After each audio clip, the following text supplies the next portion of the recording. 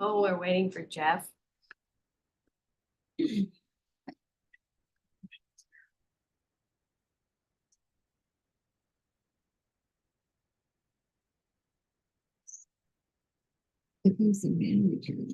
Okay. I'd like to call to order the study session of March 25th, 2024 at 6 p.m. on the dot. All council members are here except for Councilmember Brown and Councilmember Stewart. Do I have a motion to excuse them? I'll make a motion to excuse Councilmember Brown and Councilmember Stewart. Thank you. Do I have a second? Seconded by Councilmember Pilfers. All right. Tonight, we are working off an amended agenda. An additional item has been added to the executive Mayor, session. you need to vote on the motion and the second, please. Oh, we do. Yes. All in favor? Aye.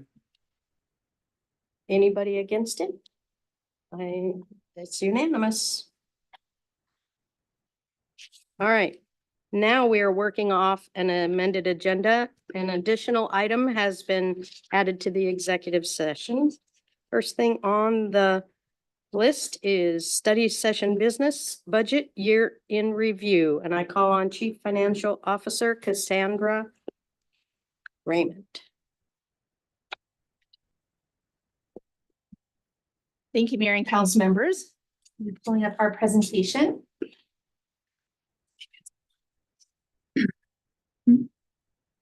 Okay. So tonight we'll be taking a look back at 2023. This is year one of our 2023-2024 biennial budget.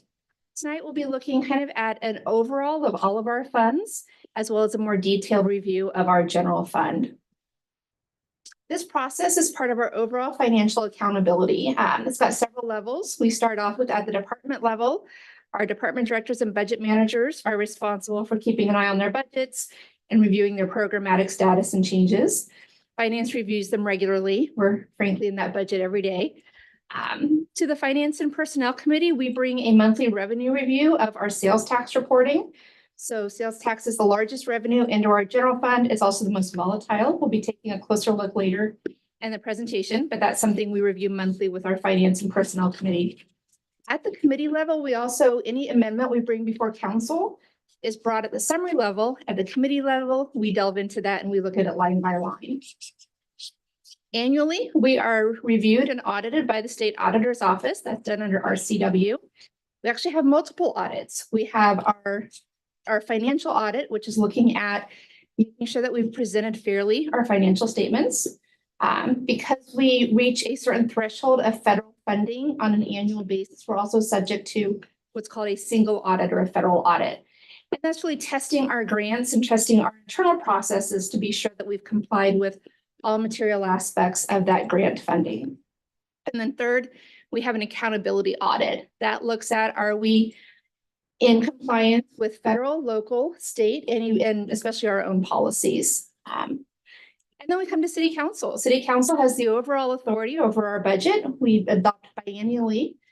We do bring quarterly budget amendments as well. All entities budgeting under a biennial budget are required to do a mid-buy budget amendment. It's usually a little bit heftier than the quarterly budget amendments. That comes before council, as well as a final budget amendment at the end of the biennium. You'll hear me talk a lot about fund balance. The city operates on fund accounting. So just imagine all different buckets all have a different purpose. Fund accounting is set out by the State Auditor's Office. Different types of funds account for different uses, and each fund is a self-balancing, essentially set of accounts. Our general fund is our primary fund. So that's our operating fund. Essentially, if something doesn't fit into another class of funds, it falls into the general fund. When we're looking at fund balance throughout all of our funds, a negative fund balance is a deficit.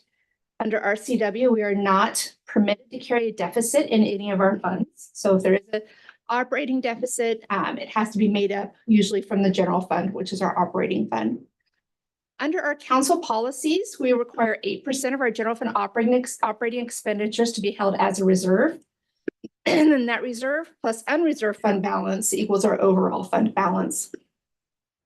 In some of the funds, specifically specifically capital and some of our utilities, we anticipate seeing decreases in our fund balances. Those are usually projects that have a capital element to them, where we are accumulating resources for some time to do a capital project. And then once we're able to fund it, we spend down those resources doing that project.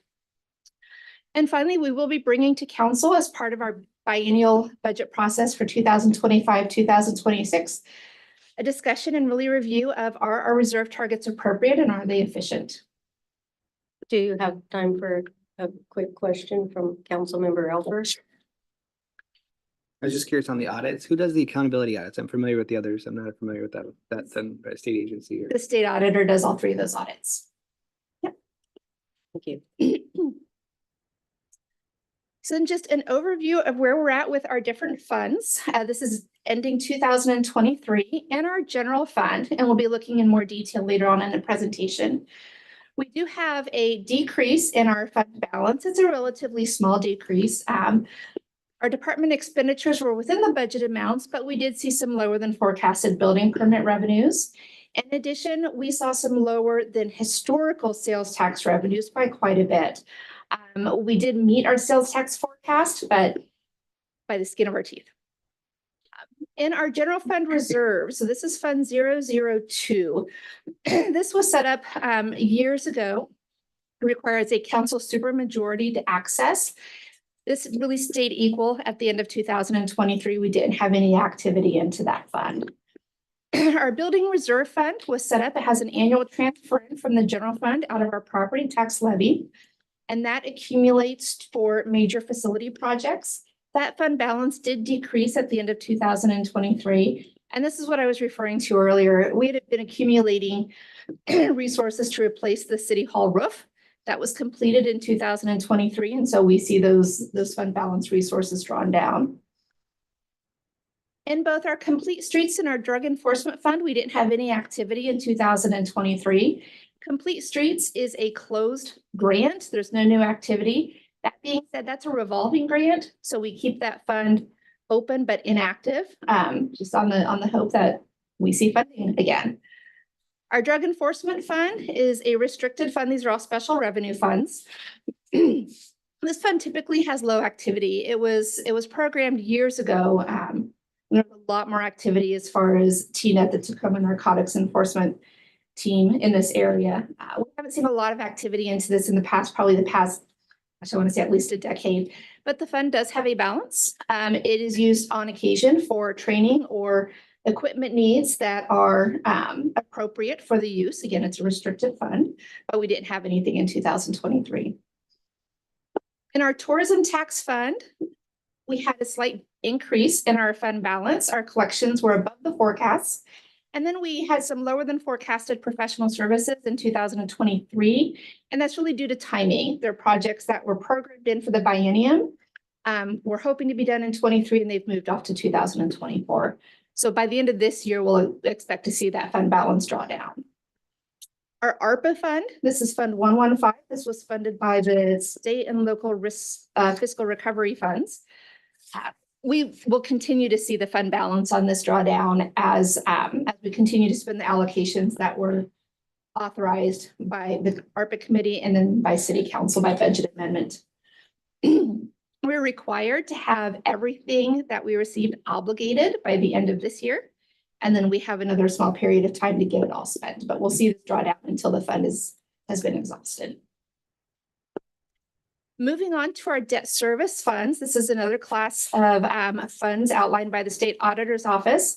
This provides for the accounting for any of our issued debt that's not utility related. So in our governmental debt service, the only active debt we have is local improvement district number 78. This was for 136 in Valentine. The city issued bonds for this project, and then the debt service is paid through assessments to the benefiting property owners. We just had a slight increase. It was under $10,000 for interest collections on scheduled debt service. In this fund, as we bring in principal and interest payments, we turn around and we remit those for debt service to pay off that bond. So our LID guarantee fund, there's no programmed or actual activity, and we don't expect to see any. This is a statutorily required fund for entities that have a local improvement district. A percentage of the proceeds is required to be deposited into this fund. And it's really just held there as a, essentially as a guarantee to the bondholder that just in case any of the properties would default on their assessments. There you go. Moving into our capital funds, this is where we see an awful lot of activity over the year. In our sidewalk capital fund, the fund balance increase, that really was a timing thing. We had some expenditures in 2022 that were funded. We received reimbursement from Sound Transit in 2023. Projects include our ADA compliance, as well as Elm Street sidewalks and 160th. Funding in this particular capital fund includes grants and general fund support. In our REIT fund, the fund balance actually went down. We only collected about 51% of our forecast. That is, that's a significant drop. We realized coming into the budget that, so revenues into the REIT fund are dependent 100% on real estate activity. So it is really driven by the economy. It's driven by interest rates, and we anticipated seeing a drop. The only thing that was programmed in that fund for the 2023-2024 biennium was a $300,000 transfer out to our cemetery funds to support installation of an automated irrigation system. And our park capital fund projects include Friar Avenue Trail, which is now again moving forward. And then our collection of neighborhood parks. So Bennett, Loyalty, Heritage, Rainier View, and Siebenthaler all had some sort of activity happening. Funding in here includes grants and local funds. We can use REIT to supplement those capital projects. We didn't have any programmed in for 23-24. Our street capital fund, this is one where we definitely saw spending of those accumulated resources on projects, including our town center Wooner, Stewart Road Bridge. As the final payment, State Route 410 and 166 was pretty much complete in 2022, but we had some final payments coming through, as well as Wood and Main. The Gateway project, we have been accumulating funding for the Gateway project for 5 years, and we remitted our contribution in 2023. So that was always nice to see. And then Bike Lanes on Academy. Finally, in our capital series. Yeah, absolutely. Just curious, and then the parentheses, those are the account numbers? Those are the fund numbers. Yeah. Fund numbers, all right. Yes. And maybe the park capital, is that supposed to be 306? Park capital. Yes, actually, no, it's supposed to be 310. Apologies for that. Okay, because that was just the tourism fund, okay. Yeah. And I remember we talked about tourism, sorry, quick question, and that do we collect that directly from hotels and stuff like that, or I thought there was some kind of thing where It's routed through the state. we get it through grants as well through some of the stuff, right? Yeah, it's a little bit complicated because we didn't have any main hotels in 95. So because weren't collecting the tax in 1995 when the state adopted lodging tax, we get 2% of the overall 7% that is charged on each room. 5% goes to Pierce County, that then administers that, and that's money that we can apply for. And it could come back to us, or that money could be spent anywhere in the county. Thank you, yeah, okay, so we do collect some of it directly and And then, 2%, it all goes to the state and they remit it back to us. right, okay, thank you. We good? Go ahead. So the last fund in our capital series is our facilities capital. Had an increase in our fund balance because we issued 2 debt issuances. And those are, of course, restricted for the capital use that they were issued for. So project expenditures were our operations facility, still working on design of that, as well as we issued an LTGO bond anticipation note for the phase 1, which is the earthwork out at the north parcel, in preparation for both the decamp facility and the operations parts of that parcel. As well as we issued an LTGO, it's a limited tax general obligation bond to construct a building out at our cemetery. So if you haven't been out there, I would encourage you. I hear that it's moving along quickly. Mr. Berry has promised me a tour so up on that. And then we did have in 2023 some preliminary work on the Ryan House as far as having the consultant doing the feasibility and the analytics. Any questions on the capital or any of the other funds before I move on to utilities? You're good. Utility funds. So utility funds are a special class of funds. These are enterprise or proprietary funds. These operate as a business and they are funded from user fees. So water, sewer, and stormwater, we saw increases in those fund balances. We did have a small rate increase that affects the user revenues into that fund, as well as just continuing to accumulate resources for projects that are in the pipeline to be completed. In our water fund, that includes our tank painting, 24th Street utility relocation, and the town center Alder and Kincaid improvements. Those were big ticket items in 2023. Sewer fund, the same thing, the treatment plant improvements, and then town center Alder and Kincaid as well. And then in the stormwater fund, the White River restoration and the town center. What's wonderful to see is we received a Pierce County flood control funding of almost $12 million in 2023 to support the White River restoration. Aside from the utilities, we do have some other enterprise funds that are funded by user fees. Our cemetery fund. So this is actually two separate funds, 410 and 415. 410 is cemetery operations. 415 is cemetery development. Under our code, a percentage of our lot sales goes to support operations in the cemetery. A percentage goes to support development. And then another percentage goes, and we'll see that later down the line, into our permanent fund for perpetual care for the cemetery. The cemetery operations is still subsidized by the general fund, but combined funds 410 and 415 met their forecasts. I will say that Fund 415, the development fund, is kind of helping back up Fund 410 a bit, but we didn't have any necessity of additional 2023 subsidies. Finally, in our Metro Animal Services Fund, this, of course, is the cities of Sumner and Puyallup, our lead agencies for this fund with 5 other partner cities. Honestly, this fund is always operating on a razor thin margin. And frankly, the pandemic didn't do us any favors. We're still short staffed. We see that in our operating hours, which flows into activity. Staffing shortages result in less open hours. We're seeing a huge influx of pets coming back in after the pandemic. And then I think one of the biggest struggles that we've been having is just ever increasing cost for veterinary service. And I'm sure anyone who has a pet has seen those costs and just seen the sheer time it takes to get into a veterinarian. So a fee increase was assessed to the partner cities for 2023. But again, we were actually operating into a cash deficit at the end of 2023 in Metro. So in order to resolve that, we accelerate Sumner's contribution into the fund with the anticipation that we should be right around at a flat balance at the end of 2024. After our enterprise funds, we move into internal service funds. These are wholly internal. These are funded by user fees as well, but the users are other departments of the city. We have several. Our unemployment insurance fund, we're self-insured for unemployment. Claims are processed upon receipt, so it's a kind of pay-as-you-go. Our claims in 23 exceeded the cash balance in the fund, requiring a transfer in from the general fund, which is where the unemployment claims originated.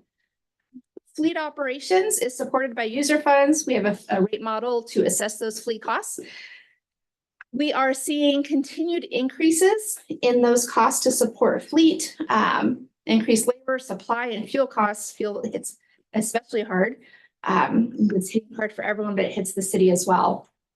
So as those costs go up, we have to increase the assessment onto the users to keep that fund on an even keel. And the same thing with information services.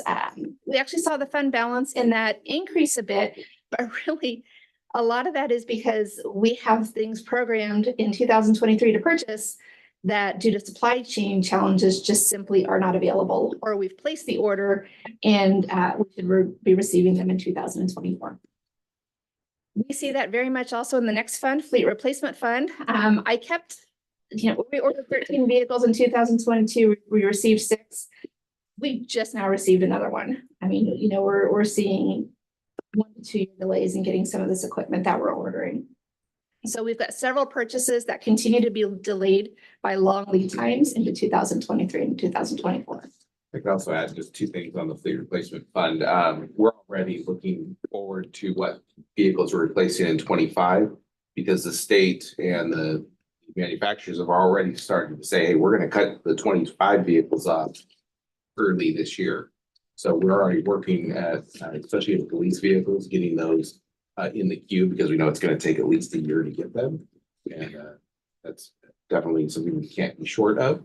And second, I'd like to just point out a Vector truck. So last time we got a new vac truck was 2015. It was about $400,000. We just replaced it and it was almost $800,000. So the cost of the equipment is just skyrocketing. And that could be the pandemic and supply chain. It can also just be that's what supply and demand is doing in the economy right now. I have a question from Councilmember Cole. And it was pretty much what Jason was talking about, the supply chain issue. Is that something that you've always pretty much experienced or pretty much the pandemic? Because I know there were supply chain issues for all of us when the pandemic hit. So is it really part of that or just it's always an issue like with fleet? We never had for typical like a police car, it was usually a 3 to 4 month turnaround. And now it's at least a year. And then once you get it here, I mean, it can take several more months to get it into the upfitters rotation. I mean, we've had 2 brand new patrol cars sitting in the shops for about 5 months, maybe right now, waiting on a couple more parts and then just getting them into the rotation to get them outfitted. Well, that's interesting. Thank you. Yeah. Okay, go ahead, Andy. On Fund 501, that's interesting to me. I feel like we have, every time I hear about Sumner staff, like there's a really good retention rate. So it's surprising to hear that there was too much unemployment claims. So what, is there something specific that's easy to comment on that or? So we've had, I think, several staff in the unemployment queue that just kind of cycle in and out. It may be because, we had an employee that perhaps didn't succeed through a probationary period, but even with that, they're still eligible for that unemployment. So I think there's a variety of different reasons. And you can stay on the unemployment queue for quite some time. So these may be positions that were actually somebody left several years ago that are able to cycle in and out. Okay, I guess I should have asked if it's even a material amount, but. It's not. Yeah, okay. Anybody else before we move on? No? All right. There we go. And then this is the last grouping of our overall funds. These are our fiduciary funds. These are funds that we act as a fiduciary or a trust. So they're generally not available for general expenses. In some cases, they're not available for anything at all. The first one is our cemetery endowment fund. So per our code, 10% of all lot sales are dedicated to perpetual care. Under our CW, the principal of this fund cannot be used. Simple as that. Interest can be transferred to cemetery operations. We've chosen to keep it within the cemetery perpetual care fund. It really is a very small amount. Our developer impact fee fund is where we have our fire impact as well as parks and streets. Those revenues, we typically don't forecast these into the fund because they're just so difficult to forecast. They're driven just solely by development activity. As we accumulate resources into this fund, they are appropriated for use to support capital projects, and those are done through either the budget process or, if necessary, through a budget amendment outside of the budget process. Our firefighters pension fund, this is funded through our state shared revenue and a general fund subsidy. It's about 50-50. And then our employee trust fund, this accounts at this point in time for just employee contributions for child care assistance program. So this is where employees can contribute from their own paycheck to it's a tax deferred account to be used for dependent care. So those are custodial. They're not available for general use. They come in and then we remit them back out to the employee. Councilmember Potato. So do we have the firefighters pension fund? Because we used to have a fire department here, and how many more years do you think that's going to be active? Oh, that's a really good question. So we have very few participants in that program. Yeah, that is a fire pension that was predates LEF.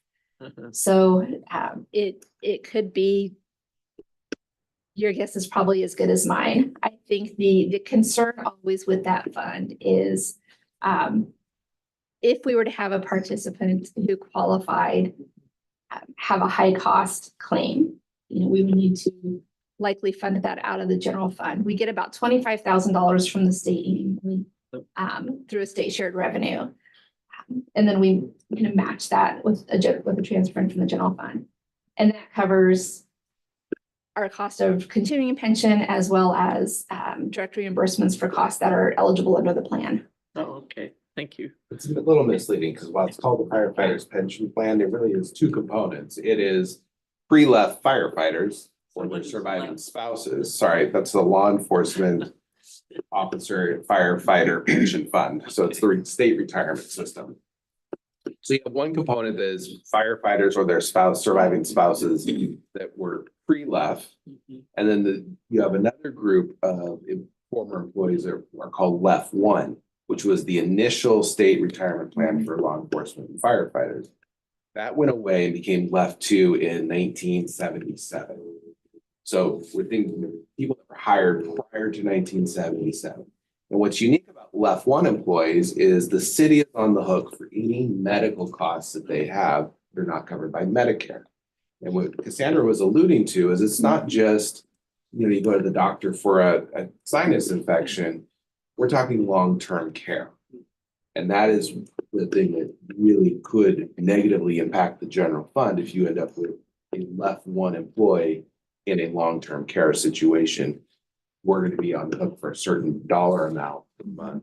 And that dollar amount is set by the Pierce County LEF Disability Board, which is managed by the county themselves because weren't big enough when LEF 2 was created. So some cities, bigger cities, have to have a disability board that manages those reimbursement rates. So very complex. It's not just fire, it's also our police. So it's not really their retirement fund, it's just the benefits. It is for the firefighters. It is their pension. pension. The LEF police officers, LEF 1 police officers, it's medical. Oh, okay.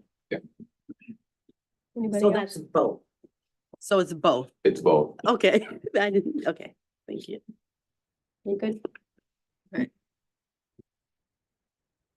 That is it for the overview of all the funds. Before we start digging deeper into the general fund, I'm happy to answer any questions on any of the other non-general funds. Anything?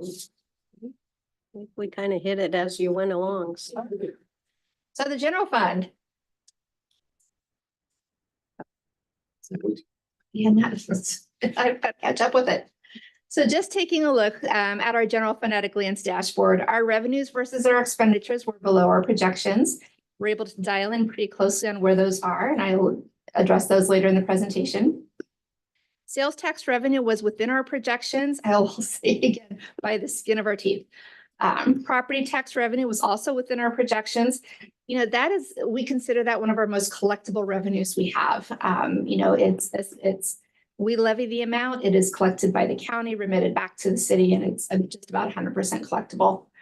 Our development and building revenues were below projections. We'll talk about that a little bit more in detail. Our energy and communications tax revenues were above projections, which was nice to see. And then charges for goods and services and all the other revenue categories and expenditures were all within our projections or within our revised budget. So 2023 is the first year of our 23-24 biennial budget. And you can see here just a quick graph showing where our adopted, or actually where our revised budget is compared to our actuals. We received about 94% of our revised revenues, and we expended 90% of our revised expenditures. When we overlay that into the biennium, here we see we're just about equal. We received about 49% of our revised revenues, and expended 48% of our revised expenditures. The way our biennial budget works for expenditures is we adopt at a fund level for the 2 years, and our department directors are really given broad latitude to expend their appropriation at any point within that 2-year period. So in some cases, we may see things that are, kind of heavily front-loaded, especially if it's something that requires a longer lead time, or see some things that are, maybe don't have expenditures in 23 because the work plan has them being done in 24. Sales tax. Sales tax is 39% of our overall general fund revenue. It's our largest, but also our most unpredictable revenue that we see coming into the general fund. It is destination-based. This was a change that came about many years ago. So the sales tax is assessed based on the tax area where the destination of the item is. So I would encourage everyone to continue buying mail order. It is subject to inflationary pressure. So, and it's kind of a balancing act. As prices increase, of course, the sales tax assessment on that item is going to increase, but at some point the prices increase to a point where people just change their buying habits. So it is always something that we're looking at balancing. Of an overall purchase, I think a lot of people are surprised to find that of the 9.5% sales tax rate in the city of Sumner, we don't receive all of that. We receive about 10% of that. And what that works out to is about, on a $10 purchase, 95 cents of sales tax, the city gets 10 cents of that. So on a $10 purchase, the city is receiving 10 cents as far as our sales tax revenue. And the other parts go to the state as well as RTA for transit. And then there's some other small things in there. We have a variety of remitters of sales tax here in the city. We have over 400 accounts that remit sales tax on a monthly basis. They could be remitting anywhere from 50 cents up to tens of thousands of dollars. We categorize them into different categories. It's one of the ways that we do our analytics monthly to the Finance and Personnel Committee. Our top 5 in 2023 were responsible for about 28% of our overall sales tax revenue.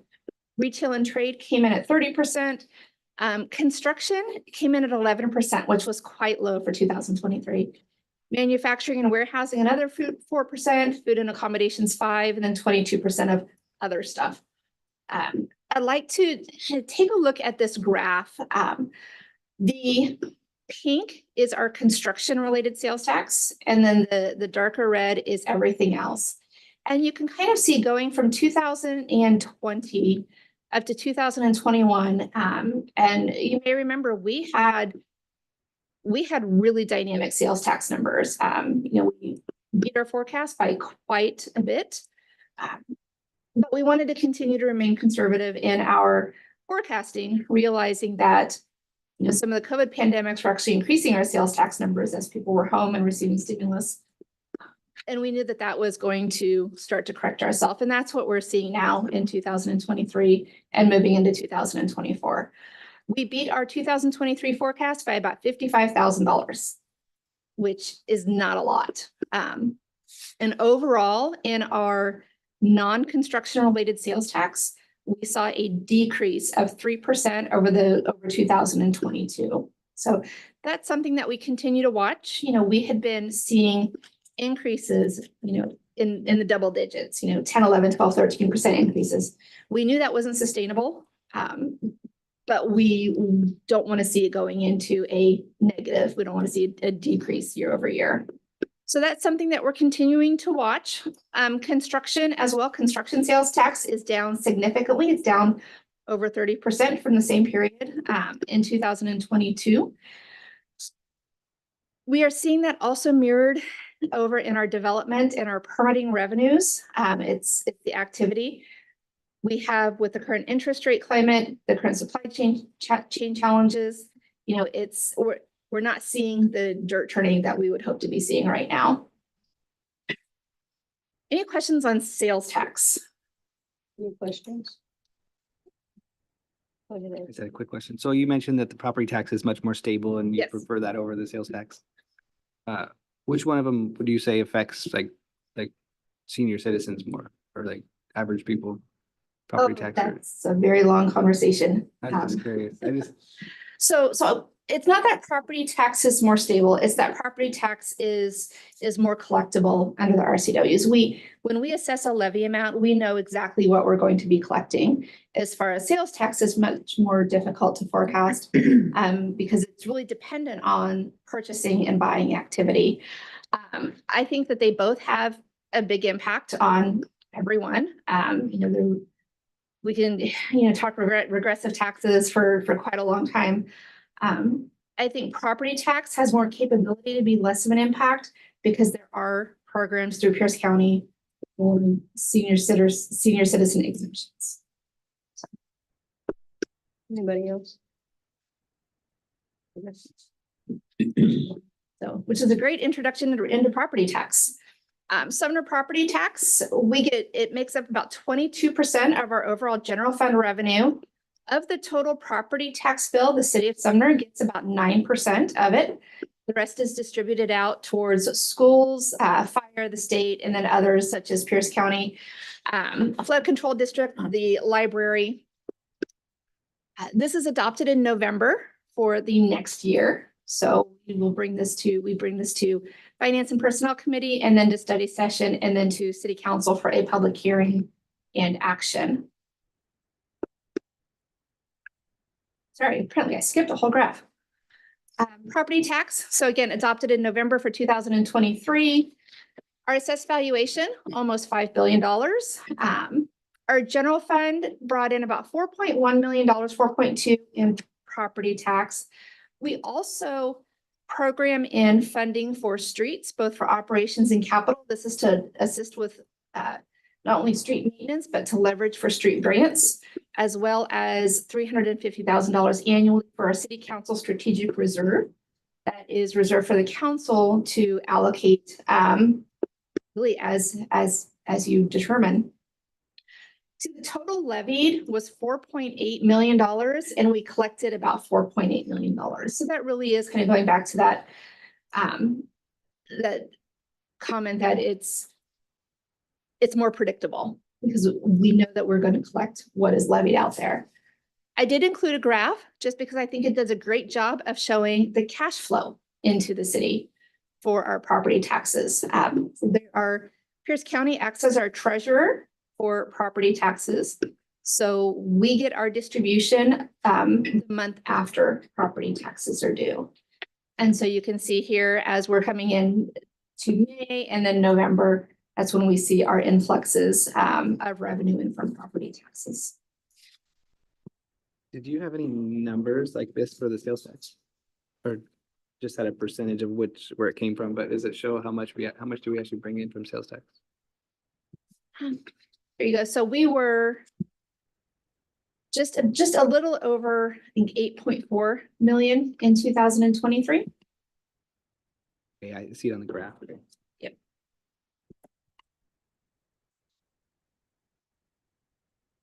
Anybody else?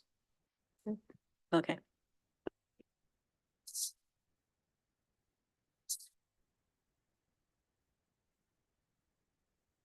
Me and my clicker are not having agreements today. The other revenue item that we've been watching really carefully for years, but especially in 2023, is as we've watched our building permit and our development services revenues. In 2023, for our permit revenue, so this specifically is just the general fund portion of building, plumbing, and mechanical permits. We received about 21% of our adopted revenues. And you can see over on the graph, kind of that really small line, that was a dip of about $473,000 from our forecast, which has a direct impact into the general fund. The other part that we take a look at is our development review revenues. And so this is that portion of revenues into the general fund, which are our zoning and subdivision fees, as well as plan check fees and land use review fees. And here we saw that we received only 51% of those adopted revenues. So a drop of about $219,000 from our forecast. So between those two, that has a significant impact into the general fund. We were able to we were still over the biennium, it puts us into an unbalanced position where our revenues are no longer covering our operating expenditures. And that's when we see a recommendation coming from finance when we need to dip into fund balance. I gotta stay awake here. So I was curious on the impact fees, you said you don't track that or forecast it, is that correct? So that's the impact fees that are coming into New construction. yeah, so it's coming into our developer impact fee fund because those are restricted for very specific uses. Okay. Whereas these revenues that we're tracking coming into the general fund are available to offset general fund expenditures. Okay, because I was thinking, you said that you don't track them partly because you can't predict development, but then this one we're tracking even though you can't predict development. I was just curious how that works, like, So this one, we look at historical trends. So when I'm forecasting for the general fund, because we need to put something in there, we need to get as close as we can because we're using that to support our general fund operations. So when we forecast for development review fees or building permits, we look at the historical trends. We talk to our internal staff about, kind of what's in the pipeline. These were forecasts based on what was in the pipeline, and then the interest rates went. Yeah. And a lot of our developers just said, yeah, we're gonna hold off for now. so the fact that the impact fees are restricted is the reason why you don't forecast, Yeah. because you're not really offsetting that with anything. You Yeah, just- right. Okay, that makes sense. Yeah. Thank you. So we will continue kind of to watch these development review and the building permit fees very closely, kind of through this spring and summer, especially, that's when we want to see the most of our cyclical activity for development activities. I speak to our development services director quite often. We do have some things that are beginning to move forward. So we've got notification that some permits are moving forward. So we will continue to monitor and report back on that particular revenue source. And then moving on to our general fund expenditures. Again, it's the first year of the biennial budget. Our department directors had 2023, and they'll have the rest of 2024 to use their appropriations. Their appropriations lapse at the end of the biennium, unless something is already contracted for, such as a large capital project. All of our general fund programs were in line with our forecast. We did have some that were over 100% expended at the end of 23. In our senior center, we were at about 124% of our budget. That was an inflation-based increase to the services contract that we did not have at the time of budget adoption. So we'll be monitoring that and coming back with a request if we find it necessary. Park operations was at 106% of their budget. It wasn't a huge amount, really. That's under $10,000. A lot of that is due to having to replace small tools that were stolen. So theft loss, when that happens, we need to go out and we need to replace those to keep our staff working. We also have an increased cost of supplies and utility services. Just the same utility increases that are getting us all at home are getting us here as well.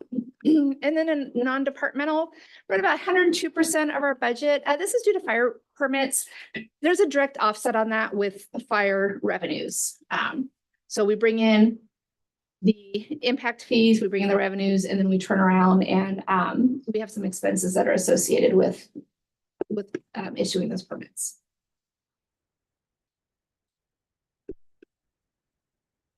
Okay, any questions before I move into the general fund model? No questions? Okay.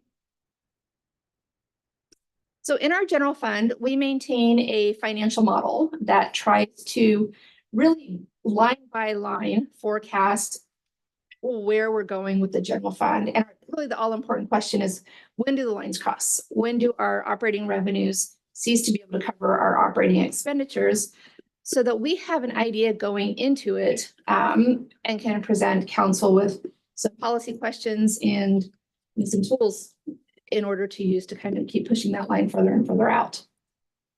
When we're looking at that model, because we're going out multiple years, the further you go out, kind of the less concise you're able to get. But we're looking at inflation. Our interest rate environment is, of course, having a huge impact on development activities, continued supply chain challenges, social equity, making sure that, we're not kind of like concentrating all of our resources into one area of the city. And then I think the overriding kind of theme is we've got a lot of competing priorities for limited resources. This is what our forecast looks like in general. We look at our beginning fund balance with our revenues and expenditures, look at our property tax reserves, and we're always looking at for when those lines are going to cross. I'm just going to move forward here, and we can see that those lines are starting to cross in 2023. We are a tiny bit over, but then we have a deficit in 2024. So overall, our 23-24 budget combined, we need to take some action on to keep that in a structurally balanced position where our revenues are covering our expenditures.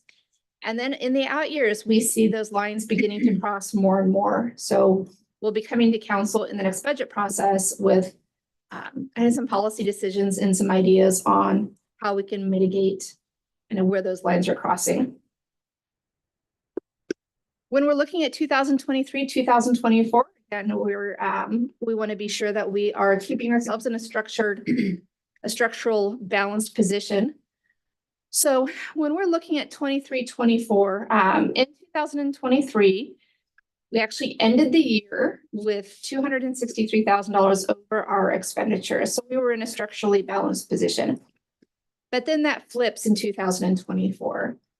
And so at the combined biennium, we're looking at a gap of a little, just right about $300,000 over what our revenues are able to cover for our expenditures.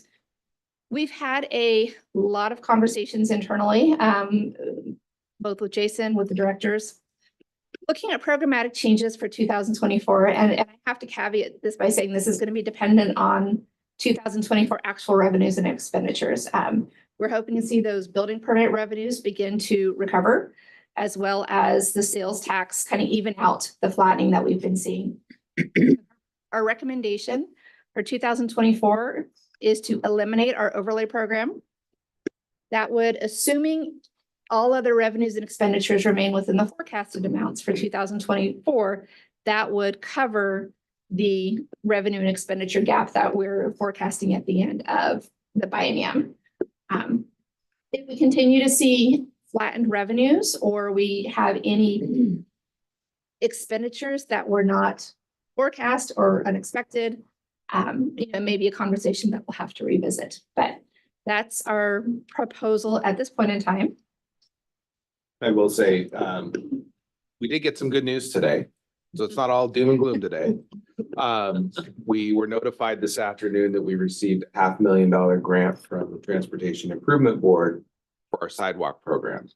You might recall we had $500,000 in the budget for sidewalks. We were able to go out and get a grant. There is a local match of $125,000, which means we will be able to do a $625,000 sidewalk program this year, which is good news. And that would mean that we'd have another $375 that's unallocated. Talking to Mr. Cosa and Cassandra, we still feel it's probably in our best interest to eliminate the overlay program because of the good chance that our development revenues will not fully meet our forecast. So between that and the overlay program, we should be balanced unless something goes terribly wrong this year. It's really a question for council. Alternatively, if you did not want to eliminate the overlay program, you could use the sidewalk funds for that. But what you could end up with at the end of the year is a need to dip further into fund balance to make sure that we remain, in the black. Any questions? Councilmember Elpers. I was just curious, I do believe in the last couple of years, we've had a couple new big retail sales tax generating companies in North Sumner, at least. Is that true? Like selling big trucks and equipment, things like that? So I'm going to preface this by saying that as transparent as I would like to be, the Department of Revenue is quite strict over what information I can. Well, I'll keep it more broad. My question is really like, on those new people that are been here relatively short time, are we projecting that will bring in additional sales tax based on the types of companies and the types of data that is similar to those industries? Yes. Thank you. Is that something I could ask you on a different level or not? I have to be in the. It is. I would. So for anyone who on council who is interested in seeing detailed sales tax information, please come and see me. The Department of Revenue has has an affidavit and a short presentation. You just need to review and sign that affidavit. Once I have that on file, I can share detailed information. Thank you. Anybody else? I have a comment. Okay. I would say thank you very much. You do a great job presenting. It's nice to be able to follow along and your visuals are very, very helpful. So I think this pretty much explains it. The one consistent message is the economy impacts the city just like it does the rest of us. Yes. So for people to not think it does, it's just would be kind of a crazy way of thinking. That's not a real technical term, but you know what I mean. And I think that some of those companies that Andy was asking about have the same supply chain issues everybody else does. So I really think we should buy you a magic 8-ball. That's cool. I have one. Oh, good. So keep on using it because it's given you some good answers so far. But great job. Thank you. Thank you very much. Anybody else? No. Thank you, Cassandra. No more? So, this will be working, like Cassandra mentioned, this will work its way through Finance Committee as part of the quarterly budget amendments, but at this point in time, not seeing council say, no, staff, you're not, thinking how we budget, so we will not be moving forward with the overlay program, and we'll be working on the budget amendment to defund that. Sounds good. And you'll be accepting the grant too, in the coming months, or coming weeks rather. Great. All right. Thank you very much. Thank you, Cassandra. Nice job. She dreams about finance. No, she doesn't. All right, we move on to 2024, 2030 Parks, Trails, and Open Space Plan. Manager, Community Services Manager, Derek Berry. I apologize, now my graphics and presentation will not be as good as Sandra's. She does a great job. You're not as cute either. No. So here's the map. So you have a little illustration on the slides.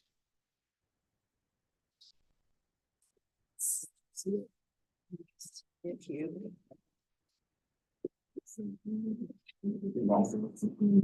Sure. Thank you. Appreciate that. Like one? Oh, this is my restroom. Yeah.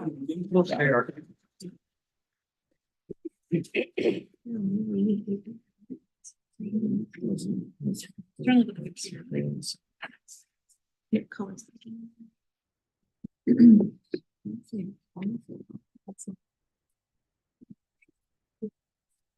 Universe. That's amazing. Interesting.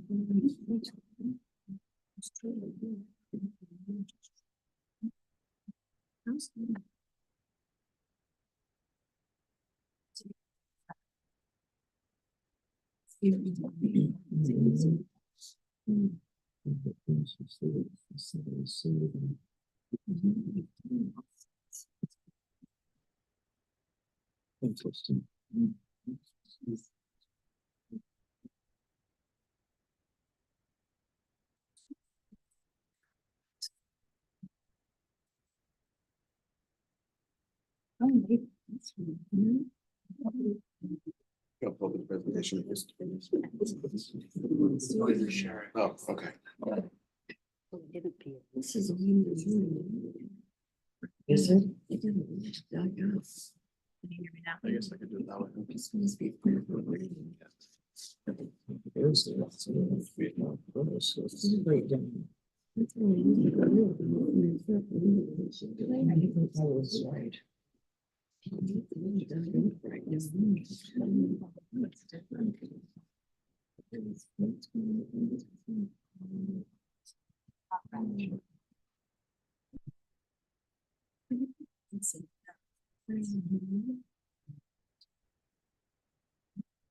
It's just a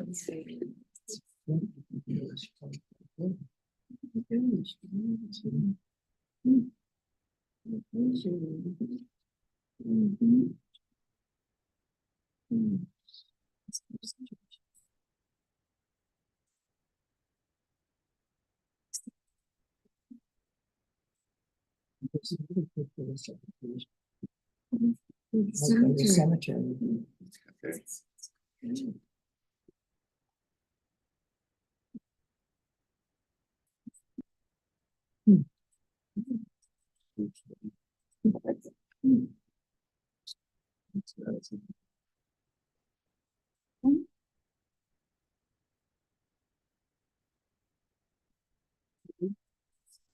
Hey Jeff, it's not letting me move this around. You want to just do it on yours and I'll do both?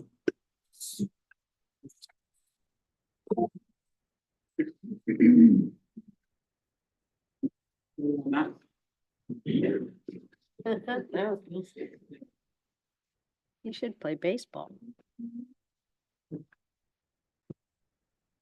Yeah, while we get our technical issues worked out, if you want to move on, we could do the calendar issues and then come back. Okay.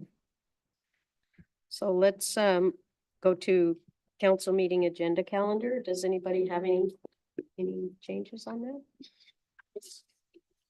No? All right. And how about committee meetings? Anybody have any issues with committee? Well, that didn't take as long. That didn't take us long, did it? So I'll tell you, for my report, I don't have anything tonight. I know we've got the Daffodil Parade coming up and we received an email from Hoover with instructions on where to meet the fire truck. So Okay.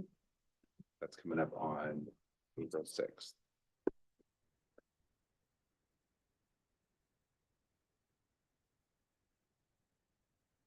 Are we what? Sure. On the committee meetings, is it, how do we, if we want to discuss like maybe moving a time from like 5 o'clock to 4 o'clock or something like that, is that something we discuss in the committee level or up here? Yeah, so it's the committee level. The committee, okay. Great question. And Jason, Councilmember Potato wants to know, are we meeting the fire out in front of City Hall? Yes. or- There we go. Yes, you are. And it'll bring you back to City Hall. That's it. You don't have to walk. We always like As that. long as it doesn't break down. Think that we- No, that's- bring it. It was a mayor.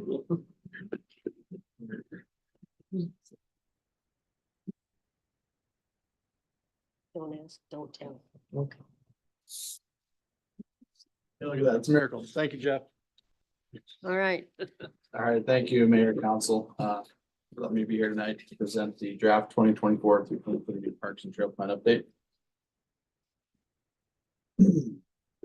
So this plan includes these major components: summary, introduction, existing conditions, input, goals, objectives, plan needs analysis, capital improvement program, implementation, and huge appendices.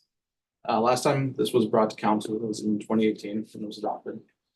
This plan is adopted every 6 years and envisions the, sorry, here we go. Envisions the park and trail system. By having this plan in place, we are eligible for funding through the Recreation and Conservation Office. Current system and levels of service are analyzed with the wants and needs of the community. By having a system that seeks to meet those wants and needs, we're fostering active lifestyles and supporting our local economy. Many people visit our facilities and spend time in our community. This plan supports the comprehensive plan by creating a parks and trail specific plan, which is incorporated into the comprehensive plan. The existing conditions section provides a summary of our physical context, where Sumner is, our history, climate, demographics, land use, and the areas. It also puts our parks and trails into specific classifications, as you can see on this slide. The two with the asterisks are undeveloped parks for now. The existing conditions goes on and includes a summary of each location as well as the trail. That includes the address, the classification, the size, the status, the rating of it, what features are there, and if there's any changes. A more detailed inventory of each location is included in the appendices. That includes the number of benches, garbage cans, what the parking lot is like, how many picnic tables, etc.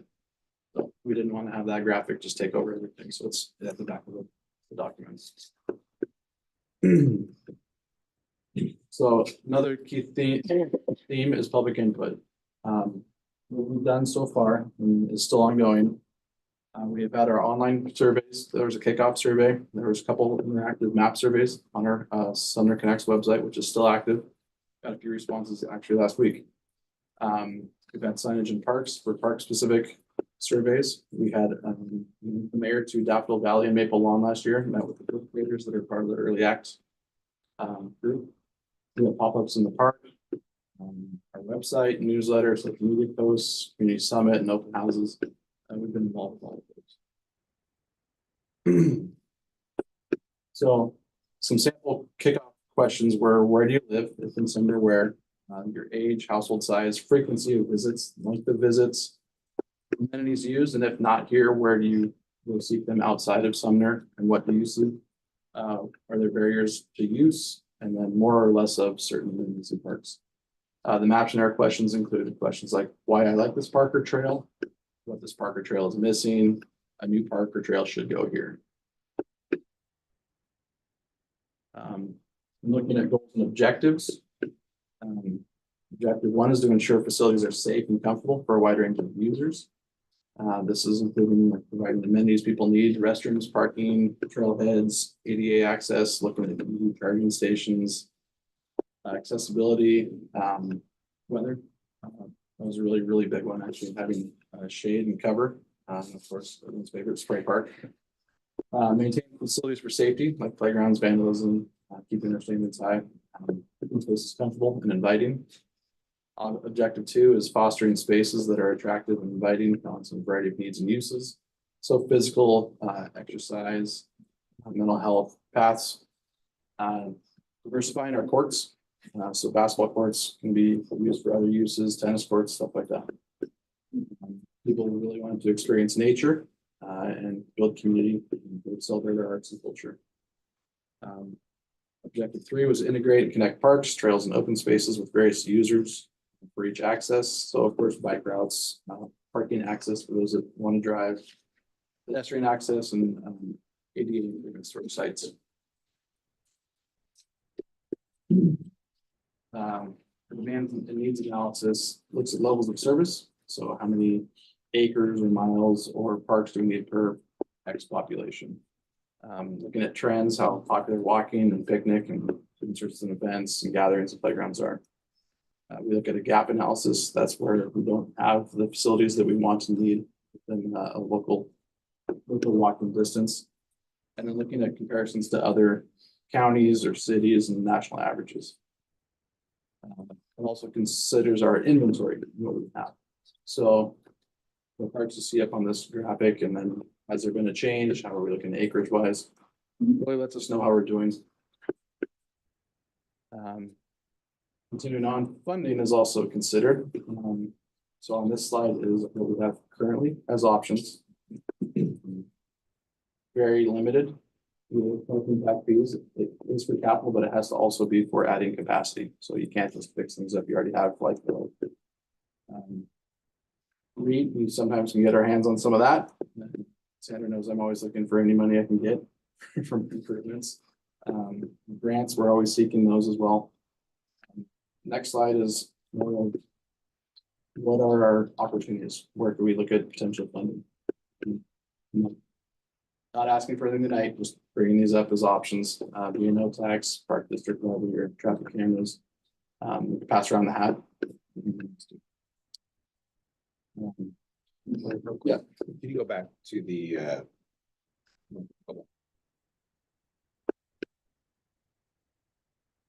I think it's important to know, the top right graph talks about our levels of service and what our current gap is. And you can see, I just want to make sure everybody understands that when we're doing well in our trails and our parks, we're actually not meeting our standards right now. We're about 3 acres shy of where we need to be per 1,000 population. And that only gets worse as you add population. If you're not having your parks keep up, that gap widens, and by 2044 they're anticipated to be about 4.38 acres short per 1,000 people. So I just want to make sure that council understands that even with what we have in our parks system right now, we're not meeting our level of service standard that we set forth. And the plan, Carmen did a great job of rewriting this, just so you guys know. I really appreciate it. Does a good job of explaining that though we're lacking in what we have for acreage per park or per 1,000, that people really do like what we have. And they're very excited about specific amenities being added and improvements we do. So it's a constant challenge, but people do. And even with the undeveloped park property we have, we're still short. Did you have a, go ahead. What?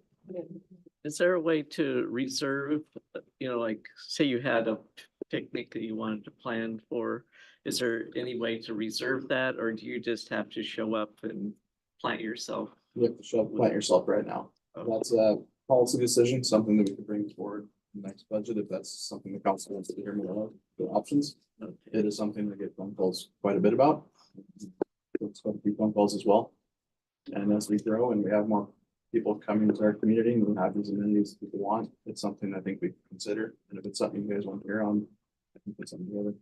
Okay. Councilmember Thank Bowman. you.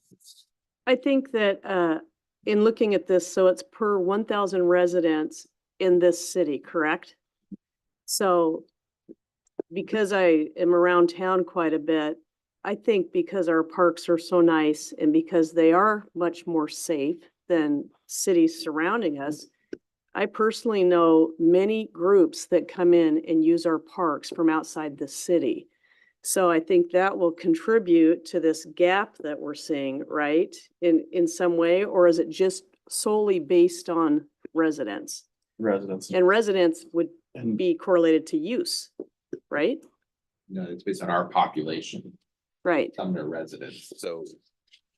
Yeah, I totally agree with you. There's a lot more users of our park that are not residents, but it doesn't affect that negative gap that we're Okay. facing.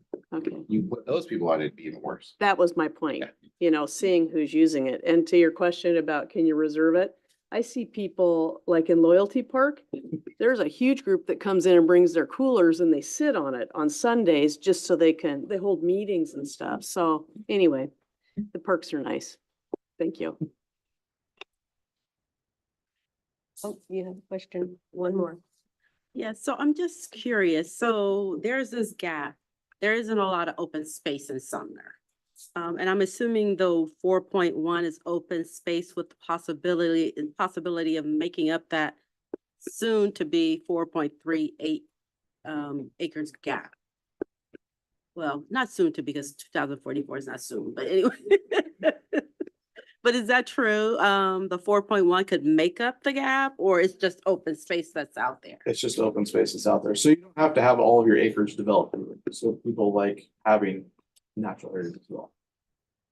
Okay, I think if you look at the county graph, which is the next, the one in the middle, you can see that, right now their target is 6.7 acres per thousand of developed park, but they have 7.5 acres of open space per thousand. Then they have their additional trail and sports courts. so that means you have to go out and find it some way, somehow. Yeah. Or if some structure burns down or whatever, there's opportunities, you're gonna have to look for things like that. Yes, and that's the map that you have in front of you that I just handed out. We can go into that right now if you want to. I can describe it. Thank Go you. ahead. Pull it up on the screen for everyone else. There's another one, see it. Did I go past it? Yeah, you already got it. There we go. So the green circles represent areas that are underserved with parks. I would think we should also include River Grove because the Pinell Family Park is so tiny. It doesn't really serve the community well. But technically, there's one down there. But when we look at this for the green circle is a walking distance of about 10 minutes per mile, somewhere in there. So when Pinell Park does get developed, technically River Grove won't have a green circle, if you will, but honestly, probably still needs another park down there. So you can see the potential, you want to start on the east there, kind of by Salmon Creek, Restoration. That's been identified as an area where we would need a park or open space. That's where we're seeing a lot of growth in Sumner. We're going down on Valley Avenue, just south of Mead McCumber. There is a gap between Rainier View and Loyalty. It creates that. And then out near the treatment plant, in West Sumner, is another area that definitely has a gap. It's not really walkable. And then up off 29th, near our new operations center. The community up there, as well as all of the warehouse folks. We definitely benefit from doing something. And that would put them within the walking distance as well. So we try to acquire those, and I can share with you, the Forestry and Parks Commission, the way they look at priorities is buying land where there are gaps. And then looking at buying land to expand our current parks when we can. So sometimes things pop up next to our park, like Siebenthaler, we were able to buy 2 small parcels just west of it. 10-15 years ago, the Passport sold us the last little parcel that's part of Loyalty Park. Most people didn't realize that section of grass actually was theirs. It's now part of Loyalty Park. So whenever opportunities come up, we try to jump on them. I'm just curious. I know that sometimes private citizens can reach out to the city and try to get into a development agreement and kind of donate things and all that stuff. Is there any way the city can take initiative and do something like that? I know like a lot of the impact fees we're talking about, they get really high. We're trying to encourage development in some ways. Is there a way to look at, hey, these are the areas, here's the empty land, reach out to people and say, hey, we would like to let you know that we're interested in, is there a way besides paying for something and just saying, hey, we'll give you credit for some kind of fees in the future? Is there something besides like actually paying cash that would benefit? Yeah, the pilot. Not necessarily pilot, but if there's a development that's in one of these green circles, there is a mechanism that we can approach the developer and say, hey, you have to pay impact fees, or maybe there's a way that we could enter into agreement where you donate land in lieu of for a park. It'd still be undeveloped, and we typically have to develop it. Is there a way, do we have a program already in place that the city is already like initiating, hey, these are the areas we need and these are the empty places, and we're proactively like on the, like, for example, the off leash area? That's really tough to develop because there's a lot of wetlands over there, I understand. Is the city saying, hey, we would, we want to develop on the east side? We already have some plans. Is there something the city's doing already to? We're not actively going out there right now. In 2018, when the plan was passed, once it was adopted, I actually mailed letters to a lot of the vacant landowners in those areas. That's how the Bennett property was acquired, as well as the Canal property. Once this gets adopted, I think we could actively search that out. The hard part would be having money to buy it. Well, I was trying to figure out a way besides Yeah, but where you I bet. just buying it, yeah. And then I just curious if any other cities are doing that. Just the idea of not spending cash and having a mutual benefit would be good for the community. It seems like, I don't know if it's been done. I just was curious. Yeah, it has been done in other places. I do. Looking at those, I see if we would potentially be good partnerships where they're not showing over cash and it's an amenity for the development they're doing. Anybody else? All right.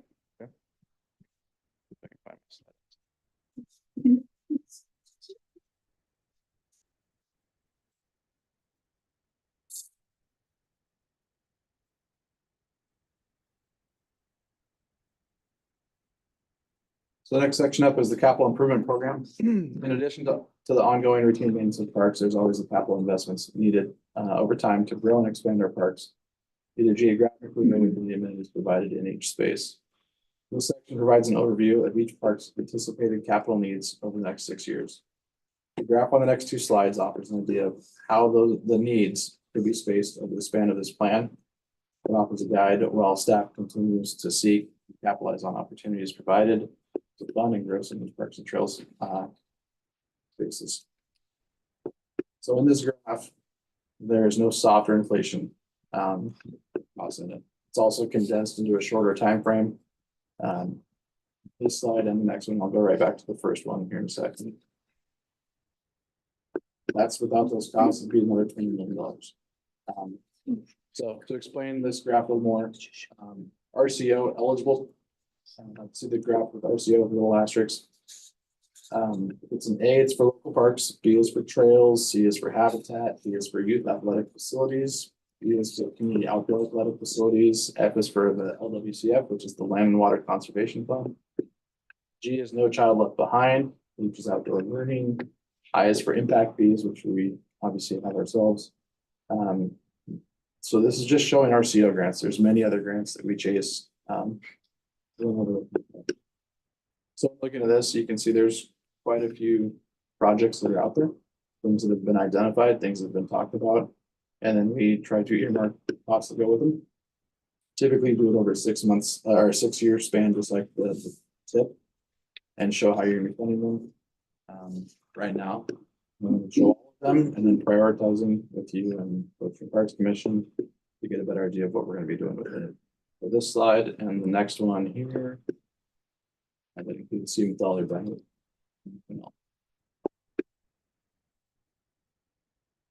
Do you guys have any questions on these? Loyal.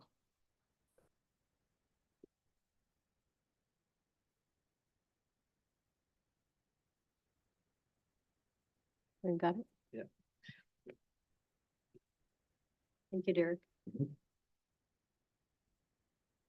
So the next steps, this is an updated timeline that allows for additional public comment before council considers taking action on the plan. We did open the 14-day non-project SEPA comment period on March 20th. Responses for that are due by April 3rd. Ocean Parks Commission did forward the recommendation at the March 14th meeting, and that's publicly wrapped up as well. So we are looking at today's council study session to introduce you to the Parks and Trail Plan update. The Planning Commission public hearing is slated for April 18th. Planning Commission recommendation will follow up on May 2nd. Council public hearing will be on May 6th. Council study session on May 13th. Council adoption slated for May 20th. I want to point out, this looks like every week. That's intentional. We're on an extension from RCO right now. We need to adopt the Parks and Trail Plan by June 1st in order to be eligible for this year's grant rounds. I had a question, Derek, on the growth, our comprehensive plan. I know we had a discussion at some point about the wording and how if we're really specific on what we're gonna do and we change plans, it can cause us some trouble when we actually go and something like circumstances changes. That is the plan currently as written, has that been reviewed to determine if it's flexible enough that something changes? So in several spots, we do talk about this is a goal, nothing set in stone. These are things that we want to do. Just like a budget with a house or a budget with anything you want to do.